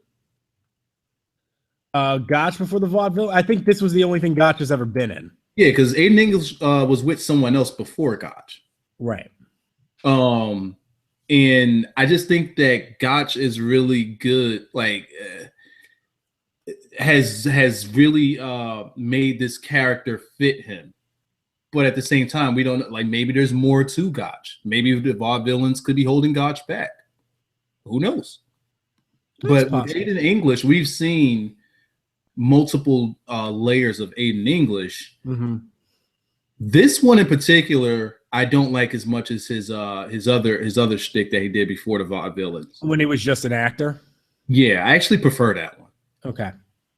Because in this role here with the vaudevillains, he's not sticking out like Gotch is, or standing out, I should say.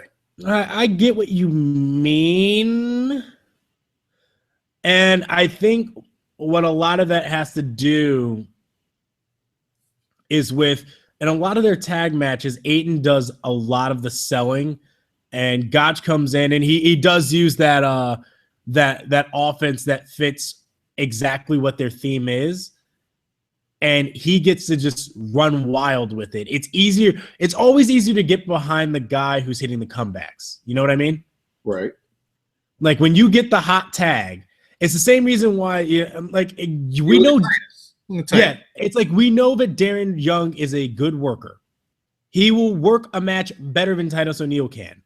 But when Titus O'Neil gets that hot tag, you go crazy because you know he's just going to be throwing dudes all stupid.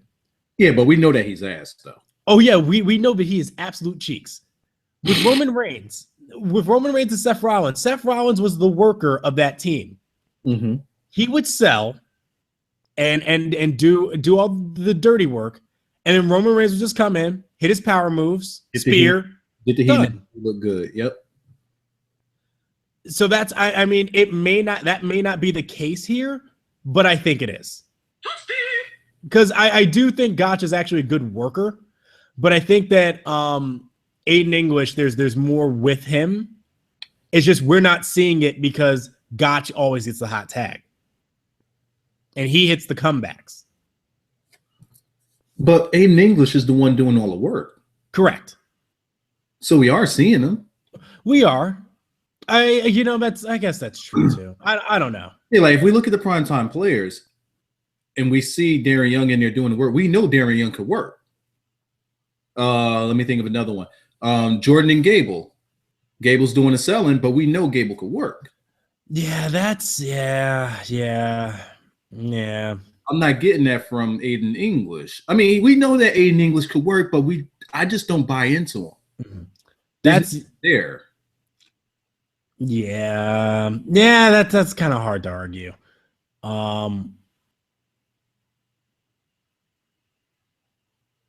Yeah, I can't really argue that. That's true.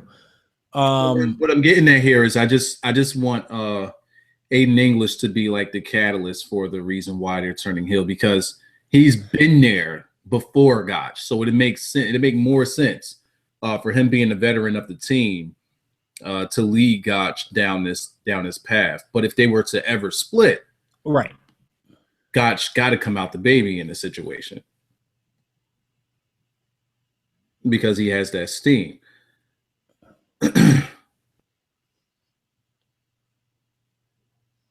But back to the match. Yeah, you had some more things to say? No, because I didn't want to actually cut away from talking about the actual match. I just wanted to say that about how I felt about where they could go. Mm-hmm. Fantasy booking, I guess, but not actually what they're doing. That's why I didn't want to say anything about the match before you finish it up. Okay, so yeah, so I mean, I think they both actually got a chance to at least hit some sort of a comeback or a hot tag. Hot tag got to Jordan. Yo, his hot tag is out of control. That man goes all the way stupid. He spears you in the corner. He slams your ass, and then he tags in Gable. He just rips down the straps. He gets all sorts of stupid. Throws your ass up in the air. Gable hits the that bridging back suplex for the win. 1, 2, 3. I get hyped for a Jason Jordan hot tag. I'm not gonna lie. Does Jason Jordan look awkward at all, like during his hot tag? I don't know if awkward is. I get what you mean, but I don't think awkward is the word. Something looks a little bit just off. He's very. Maybe he's just a little too hyped. I don't know, but I know what you're saying. I don't have the words for it though. There is something off though. Yes, I will agree. Yeah, could be that. Could be that. So after that, they cut they cut to the ring, and Jordan and Gable extended their hands to the Vaudevillains. The Vaudevillains looked. They looked. And Gotch offered, and Aiden offered his left hand. Then they gave him the suck it. Yep, and they're like, nah, we're gone. All right, there was actually no suck it. No, they were just like, nah, we're gone. So yeah, Vaudevillains looking like they're needing some revamping or to change their, or turning. Who knows? So after that, we had Dana Brooke and Emma backstage. Who cut a promo on, I guess, whoever that new reporter is. And after Dana Brooke talks her shtick with him, Emma says, you know what? You stay back here, Dana. I'm going to handle whoever this is I'm about to fight tonight. You stay back here and you cool off. And Dana Brooke goes and pats him on the head and says, I feel way better now. All right. I really like Dana Brooke's character has grown on me. It's working. Is it? Yeah. The character is working. What exactly is her character? She's just kind of this dumb, ditzy, almost oblivious woman who thinks she's better than what she really is. And it's not like Dana Brooke loses all of her matches, but there's that she thinks that she's on the level of I should be champion. But then she runs. She's a fun heel. She's really the lackey to Emma in a lot of ways. And Emma treats her like that, and I don't think she realizes. Emma was supposed to be the lackey. Huh? Emma was supposed to be the lackey. It got flipped around, and I'm glad it did. Because of Asuka. Yeah, and it works. It works better this way. Don't you agree? I mean, Emma's the shit though. Exactly. That's why it works better. Emma's the serious one, the serious heel. The one that could actually go. Right. The one that can actually go and doesn't, she gets down to business. Like her promo was just, I'm going to go out here and I'm going to handle this girl. I'm out. You sit back here. You chill out. Stay in timeout for a quick second. And Dana Brooke's just like, I'm going to pat you on the head. This is like Curtis Axel and Ryback with Dana Brooke being Ryback and Emma being way more serious than Curtis Axel. If you get what I mean. You know how like they would say all dumb jock stuff? Mm-hmm. Well, Dana Brooke is definitely Ryback, but if Curtis Axel were just smarter and like knew what was actually going on, or just, that's the role Emma's playing. Yeah, the bullies. Emma's the shit. She just really is. Emma's just really good. Mm-hmm. Yeah, I can't stand it. Because she looks great now too. I mean, like I wish that this is what they spent time working on her with like 3 years ago, but hey, at least it happened. Asuka tweeted a picture of her versus I guess a fan made this or whatever. Okay. But a picture of her versus Emma. Okay. For the London show. And it was Emma with blonde hair. Oh. Go back and look at Emma with blonde hair.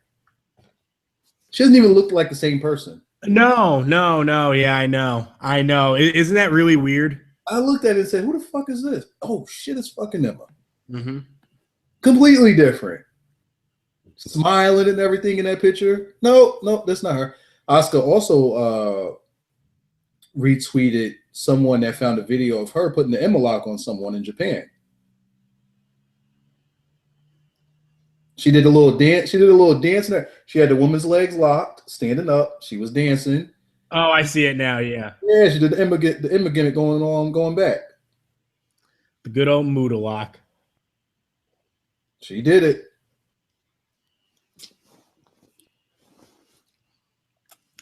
Oh man, she actually uses it in the match. Yeah, I'm so glad Emma went away from that blonde hair. Yeah, because this look actually has more personality. Actually, yeah, she looks way better in this, and like that really dark brownish, and then like blonde highlights at the bottom here. It just it does work a lot better for her. So then we had the match. It was sorry, not Asuka. Emma versus Liv Morgan is her name now. That's what we're calling her. They'll probably change it. They need to change that ASAP because Liv is a terrible wrestling name. They'll probably change it. She went from Marley, which I thought was a bad wrestling name, to Liv Morgan, which is an even worse wrestling name. I would prefer Marley over what she has now. Yes. This is the same guy who created a wrestler called Roy Morgan, but at least his name is fucking Roy, not Liv. Liv is a terrible wrestling name. Who created this? I did because I had the 2K14 thing with Dungeon Pro Wrestling. Sorry to hear that. So that was a thing with Liv Morgan. She represents the 201 Wiza. That I don't claim any responsibility to that. I'm 973. Yeah, and they actually said Elmwood Park, which is right next door. To where? Yeah, right next to where you are. Didn't know that. Are you a 201 guy? Elmwood Park there, but I didn't know that she was from Elmwood Park. Are you 201? I thought you would have been like 908. No, I'm 973.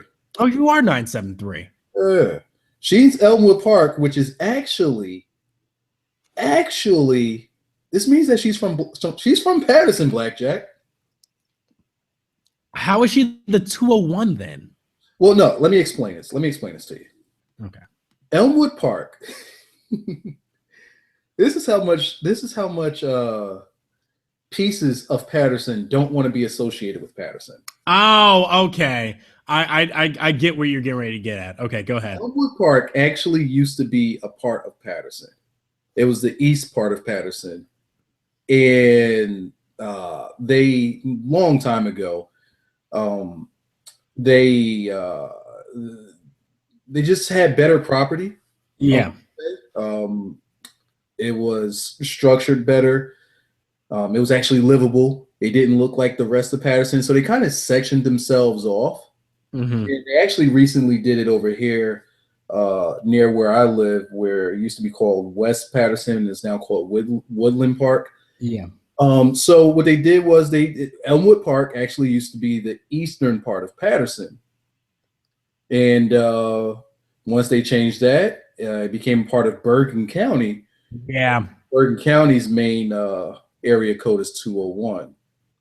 And we're still stuck with 973 here in Passaic County. They don't want nothing to do with black people. So she's from Patterson, goddammit. I don't want to hear any different. So you're trying to claim her is what you're saying. I'm claiming this hoe. Wow. I didn't think that she was from Elmwood Park. I could have sworn like when we read up on her, she was from somewhere else. Right. Now, yeah, hold on. Yeah, hold on. Wait a minute. I thought she was from somewhere else. I didn't think swore, yeah, because she was like from like fucking Princeton, New Jersey or something like that. Oh no, she's billed from Elmwood Park. Paramus, that's what it is. Oh yeah, Paramus. Yeah, that's still 201. Never mind. Yeah, it still is. Yeah. That's really weird. She's her birthday is the same day. We talked about this. Her birthday is the same day as mine, just not the year. Didn't she work at a Hoot? Like, she worked at Hooters? Yes. I think she worked. She probably worked at the Hooters on Route 4 if she lived in Paramus. She said she. Oh no, it just says she worked at Hooters. So who knows? She modeled for Hooters too. So. Yeah, there's a Hooters like right next door to Paramus on Route 4. Yeah. Right on the way to the GWB. Mm-hmm. Now, does I haven't been in Jersey in a while. I'm going back up there next month. Does anybody still use like the 551 area code? I haven't heard anybody use that. Cell phones mainly. Okay. Because I know like our area is 973 and 862. Yeah, we use 862 for cell phones too. Yeah, like my phone is my phone is strangely 908, but that's just I have no idea how that happened. I think it's just because of the Central Jersey shit right there. Yeah, it's just because of the store I went to, I think. Because when I was in college, I was in Trenton. So 908 just kind of naturally fell to me. Then what is there? It's like 732 and 848 and Trenton's 908. Trenton is like 908 or 609. Yeah, I figure 609. Yeah. Yeah, Trenton does fall into that 609 area. Yeah, because the second you get into like Princeton and all that shit, yeah, they're all 609 and shit. Okay. Yeah. And then so this match? Oh, right, yeah. This match that has nothing to do with area codes. So yeah, she represents the 201. That's her gimmick. She comes out and she looks okay against Emma. Emma looks better because at first Emma just fucked her shit up. At first, yeah, she was in her ass and not letting up. Yeah, Emma did not give a shit about Liv Morgan or her offense or her name or her zip code. Yeah, like there was points where Liv was where she was trying to get her some offense in, and she was just completely like, "Fuck out of here with that shit." She didn't really get a chance to get much, if at all, any offense until near the end of the match, where she got a couple of blows in. Right, because she had to hit her little comeback, and Emma's like, "No, eat this curb stomp real quick, and then get this Emma lock." Like, didn't I tell you no? Yeah, bitch. Hit this lay down movement right quick. And the Emma lock to follow. So do you think they gave her music. Do you think that they're actually going to use the girl? Well, they haven't really used, and we haven't seen much of them either, Billie Kay or Peyton Royce. So I don't imagine they're going to use her quite yet. I don't think she's not that good yet. What do you think about her look overall, by the way? Looks a little stupid to me, I'm going to be honest. You don't like the braids? Not even so much the braids. It's just the overall look. Like she's wearing this really... Oh, you're talking about like her gimmick snippets. Oh, like her... The attire and everything. Like... I said uniform. Yeah. No, yeah. I mean, that's what it is. It's a uniform almost because she's wearing like a football jersey that's cut off at her chest, right? You think that they might be going with she's a waitress gimmick at a sports bar? Maybe, because she does look like somebody who would like serve at a Buffalo Wild Wings. Exactly. I mean, that's what they're going with. It makes sense, but we don't know what her character is. But I mean, if that's what they're doing, it makes sense. I don't really like it because then it just sticks you with a particular jobber look rather than someone that has character. Right. Now, if your character is I'm the sports bar waitress, that's a pretty shit gimmick or character. Yeah. So yeah, I mean, yeah, they should probably change up her look a little bit. All right. Well, I mean, it's good for what it is right now. I mean, they're not doing anything with her right now, so it's fine. She definitely looks good, but yeah, attire could definitely use some changing. Yeah. So then after the match, Emma, God, she looks so good whenever she comes out for her entrance. Emma goes and starts to walk backstage, and Asuka comes up on the screen. She's got the kick bag in front of her. The big punching bag and kick bag in front of her. She goes, "Emma, you, me, London," and just keeps kicking the screen, kicking the bag, and I'm like, Emma's gonna die. Emma's gonna die. I wonder how well of a promo she could cut out. I wish I was able to speak like Japanese so I could hear her promos in Japan. Oh my God. Okay. Yeah, but keep going. Yeah, but yeah, I'm just saying I just wish I knew how well of a promo she could cut, or if she could cut one at all. I mean, hey, listen. Considering how limited what's his face should be in promos, Roman Reigns, they at least understand it with Asuka, and they make her effective. They just say, "Emma, London, you, me, fight," or I think that's what it was essentially. I think she said, "See you there." See you there. Yeah. London. Simple, to the point, done. All they need to do. See you in London. Mm-hmm. Wapa do. Oh my god. I'm watching. Yo, if that music plays in the movie while he's while he's doing drugs. What if he's in his car, like waiting, and that's what he's thumping in his car? What? Like they make the deal. Wow. And he opens the door and it just goes as he's doing drugs. Oh god. Like if he drives off to that music. Oh god. Wapa do. All right, I'm watching this Roman Reigns match, and I'm getting ready to see where the count out happens, and I'm about to get pissed off. By the way, it's not even 4-on-1 anymore. Barrett got disqualified. He got kicked out for illegally interfering. The fuck? Since when did that ever happen? I don't know. So after that, we had was this the tag match? Sorry, not the tag match. The Ciampa. Oh yeah. So right. They interview Bayley backstage, and Nia Jax just walks up. She said Bayley says, "Yeah, I'm willing to take on any challenge." And Nia Jax just walks up on her, looks at the title, and just kind of walks away. And they say, "Smiles, the part of the gimmick." Yeah, and then I think if it wasn't Tom Phillips. I think Tom Phillips was the one who was like, yeah, I think, she knows what she, I think she was asking for the title shot. And she's like, well, she's got it. Nia Jax takes her, throws her through a door. I was not expecting that. Why? Were you expecting that? No. Okay. I was not. I was ready for absolutely none of that. I was pleasantly surprised at it, though. Oh my god, look at these three dorks. Why is that? Oh my god. Really? Is Alberto El Patron? No, real. Oh my god. Is it Alberto El Patron? No. He handled all three of these geeks on the outside. All three of them. 3 people were outside fighting Roman Reigns, and none of them could throw him. He leaped over the steps. He reversed getting thrown into the barricade. He did everything and got all 3 guys counted out. All 3 of them. And now here comes Barrett comes back because now the match is over. Reigns gets kicked in his face now because Sheamus apparently just refound his fucking energy. Now he gets bro kicked because the match is over. I hate this shit. I hate this. They always suddenly find energy after the match is over. After the match is over and there's nobody counting, they suddenly remember, oh shit, right, I can fight.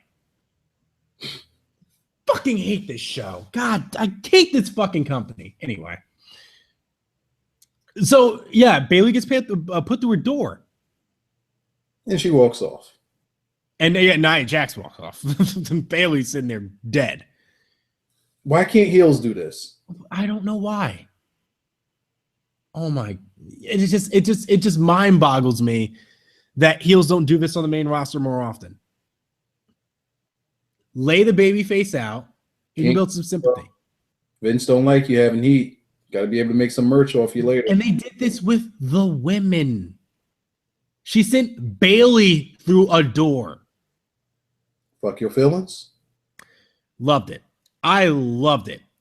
Nia Jax has heat now, especially with Eva Marie around her. And she walked off smiling. Yeah, it was great. And I'm only saying this because I've been saying from the start, like, it's her gimmick. Her smile, like, what the fuck? Why she keep doing it? And we have the answer. It's just part of the gimmick. A little sinister shit. And by the way, I did like her hair tonight. I don't know what it is with me and these women's hair. I'm not a beautician or anything stupid. Like Yo, you really are on women's hair. Liza, we're gonna give you a section. We're gonna give you a 10-minute section every time in the podcast now for women's hair. I don't know why I do it. I really don't know why I focus in on their hair. I don't know why you do either. But this particular night, I enjoyed her hair. It looked a lot better and a lot better groomed. Oh, good for you. Night than other nights. Mm. That's all I got to say about her hair. It just stuck out to me. I was proud of her. Okay. Proud of you. Anyway, so after this match, not after this match. After this, we got our main event for the night, Samoa Joe versus Tommaso Ciampa. Okay.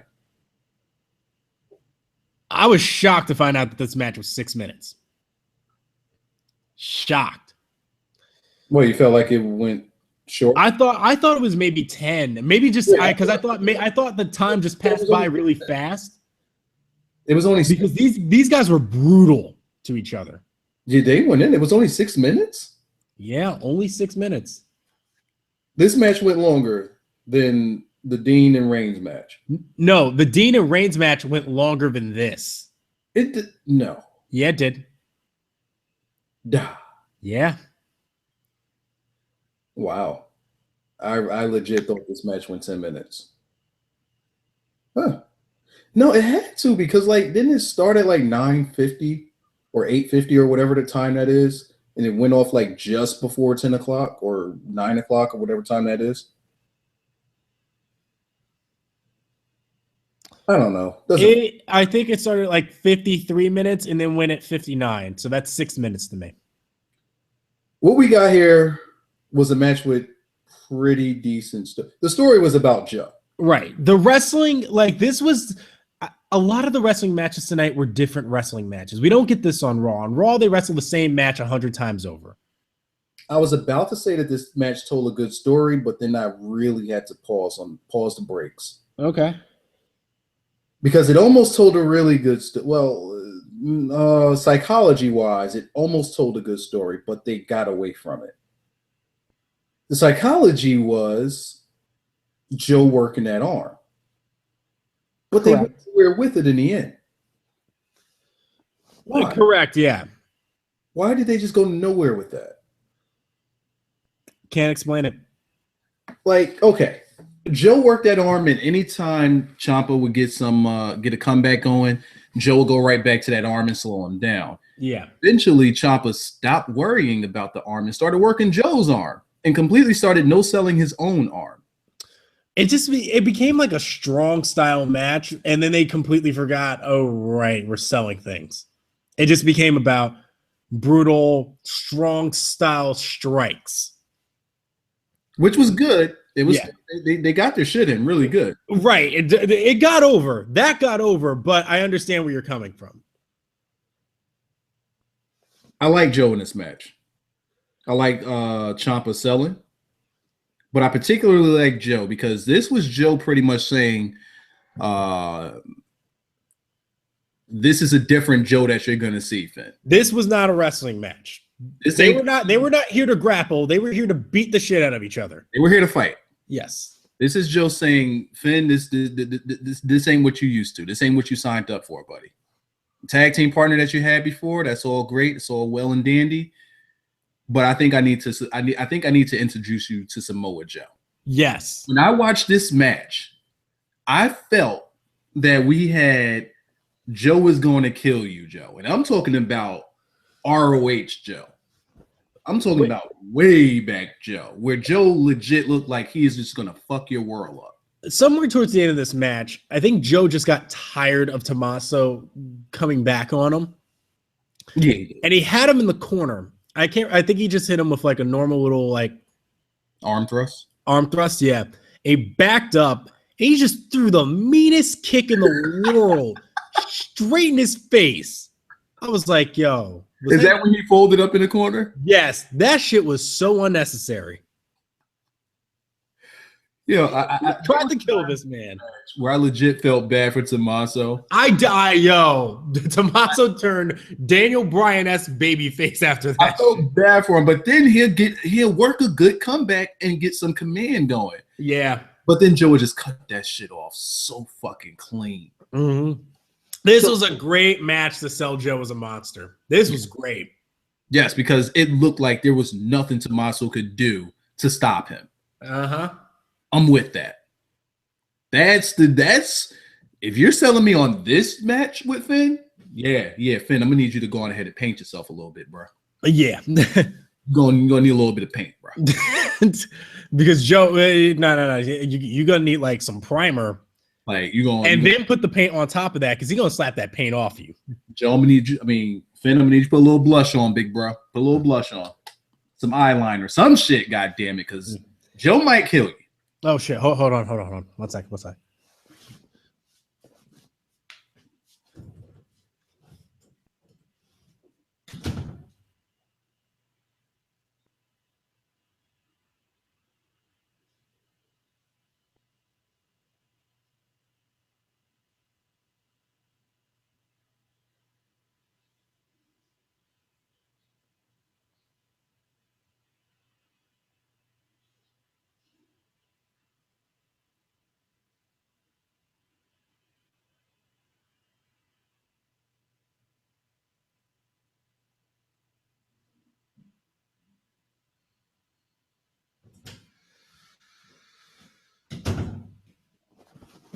Oh. Sorry, that was the phone. Yeah. So, I mean that's all about the match. It was a good match. Hopefully, we get to see more Tommaso. I was just as I was watching this, I was just wondering like, what role could Tommaso Ciampa play in NXT? Like, you can't make him a main guy. I mean, at some point you could. I mean, the way they book guys, they could probably do it, but like right now, he just doesn't have that. He just doesn't have that on him. Like he doesn't have that feel. But he definitely showed. I don't even want to say that he showed that he could hang because Joe almost killed him. I mean, that motherfucker wasn't backing down though. No, not at all. And again, I enjoyed the match for what it was. Joe looks ready. That was to send a message to Finn, letting him know that he's ready. Yeah. I wonder if Finn's going to return the message because we don't see Finn wrestle much. It's not what we see. Man, that was a great match. All right, so we're gonna read just a couple of these gimmicks and then get up out of here. Sure, yeah. I don't know if anybody's going crazy in the comments section right now. Let's see. Your streets. No, I didn't walk out. I'm still right here. Well, they're behind. Oh, correct, yeah. All right, let me scroll down to the bottom here, see what we got.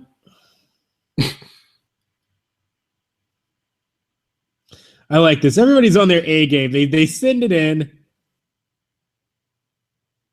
right at the right time. So it's just like it all just pours in all at once. All right, nice. All right. First one is from Zack Attack 2995. It's Sheamus. It's a picture of Sheamus with the WWE title. And the WWE title is like covering his junk, so it looks like he's not wearing clothes. And he's got his arm around Lillian Garcia. and Sheamus is overjoyed. Yeah, this was when he what was he? Yeah, he won a match, right? And then sure, I mean he's champion, he's got to win matches. And the caption is just when you think the date's going well, but she's not feeling it. That's a good one. I'll retweet that one. That one's actually pretty good. All right. You really scrolled down. Mm-hmm. When you and the squad win the fucking Super Bowl, I mean, shit. they needed a Super Bowl team to pretty much beat Roman Reigns that night. Oh shit! The next one with Undertaker. That's a good one. The face your friend makes when you tell him even Marie will win the NXT Women's title. By the way, it's gonna be Nia Jax and Oh yeah, we forgot to mention that. Yeah, I guess Eva Marie must have been that bad before they edited that thing down. Yeah, I told you. Why is it? Did you see how many times they cut the camera weirdly? She's still going to be your next NXT champion. Don't get this fuck up. She's gonna be your next women's NXT champion. It makes the title all red. Yep. The Undertaker's face. Oh no, that Matt Jackson face is good, but so Ryan was that Ramirez 66? Yeah, he tried to duplicate last week's winner. Yeah, but it's last week. It's not the same. But still, that face though. The Young Showtime, yeah, the face is pretty good. Wait, how do you spell fart? Forts. It's good, but I think the one last week was better. All right, let's see. I just saw one with Taker from Showtime. The face you make when she tells you it's time to eat. It's just Taker giving the slash through. Behind this Big E one right here. I'm trying to get it. When you got this one's from Quest 71084. When you got a whooping at your birthday party and you have to go back out like nothing happened. So it's like you got on a line, your mom beat you, and she's like, now go out there and have fun. Okay. Yeah, you just gotta put that face on.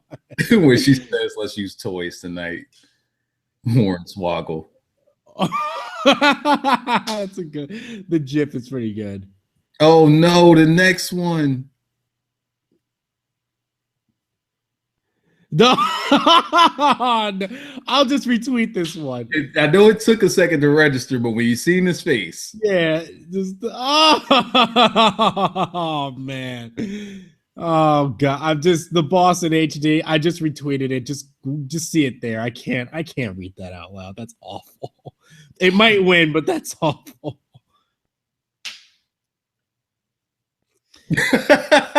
No, the next one from Quest. The next one from Quest. Beth looks like no, fuck that one. Skip that one. Okay, we're gonna get the good ones. Quest. When you play rap music and that one white guy says the N-word, yo, why is he all in his grill like that? Look at Kyle Lee. Yeah, even Kyle Lee is like there in the background. That's pretty good. The project. All right. Looking for the good ones.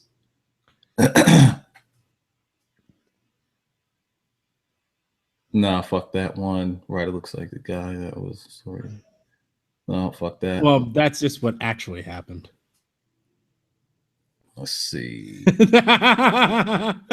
It's his face. I don't know about the caption though. What, the next Zack Ryder? The next one? No, the Michael Cole. Michael Cole. The face is good. I don't know about the caption though.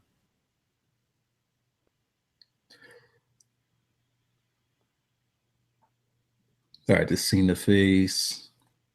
Well, all right, no.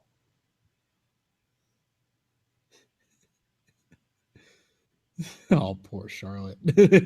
Oh yeah, you really scrolled up. Oh, where are you at? Right under Charlotte. Oh, okay. No, then you're not that far away. When you find out that brother's name Keith from NSYNC 1097. That's a good one. Oh man, that's funny.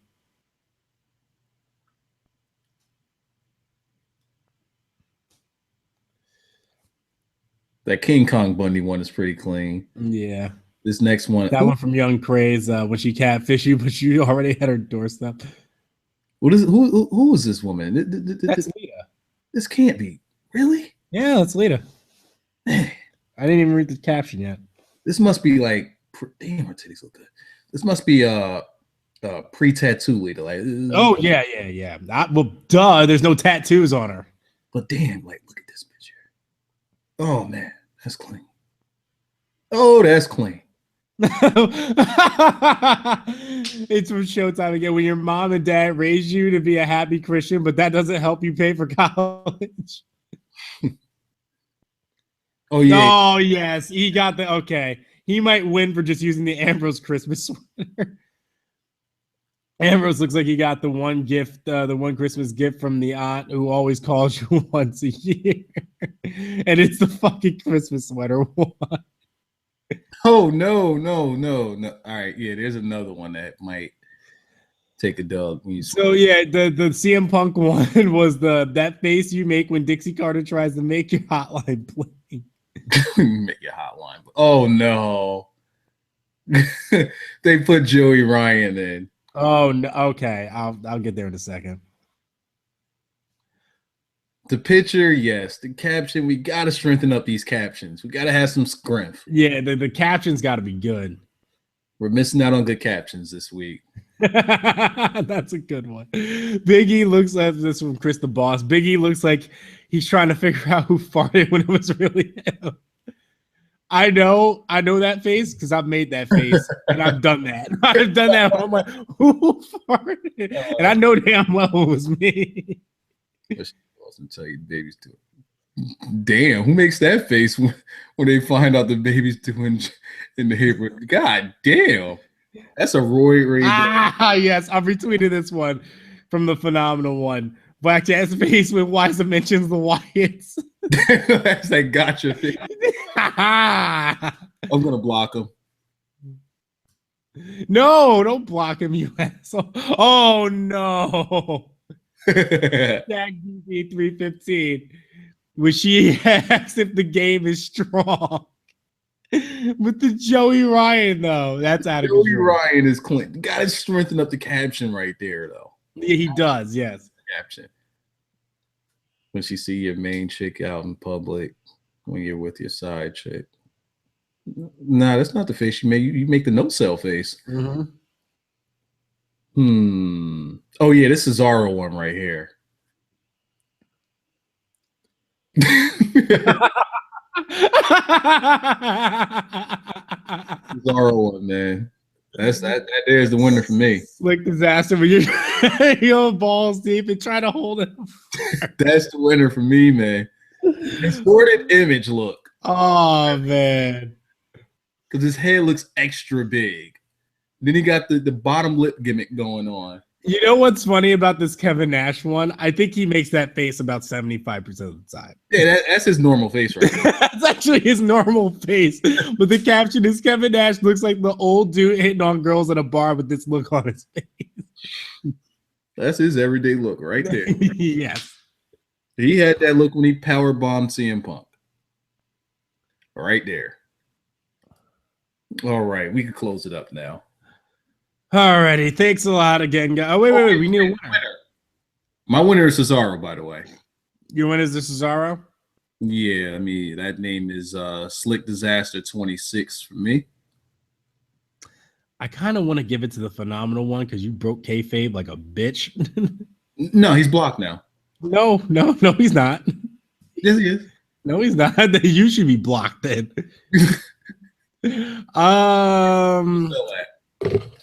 Yeah, the Keith one is good too. It's good, but that's Cesaro one. Yeah, you know what? Yeah, well, you can relate to that though, can't you? He won the championship back then. All right, we'll give it to the Cesaro one. That means that Slick Disaster. Oh wait, no, has Slick Disaster been champion yet? I don't recall his name. I don't think he's been champion yet. No, Slick Disaster. So you're now champion of the world of this game that we've made up. Thanks for seeing us here at the Clean Finish podcast. Blame Wiser because he broke shit. Weird. This is all Wiser's fault that this ended so awkwardly. Also because the alcohol is kicking in. Well, I had to do it. My toes are tingly. All right.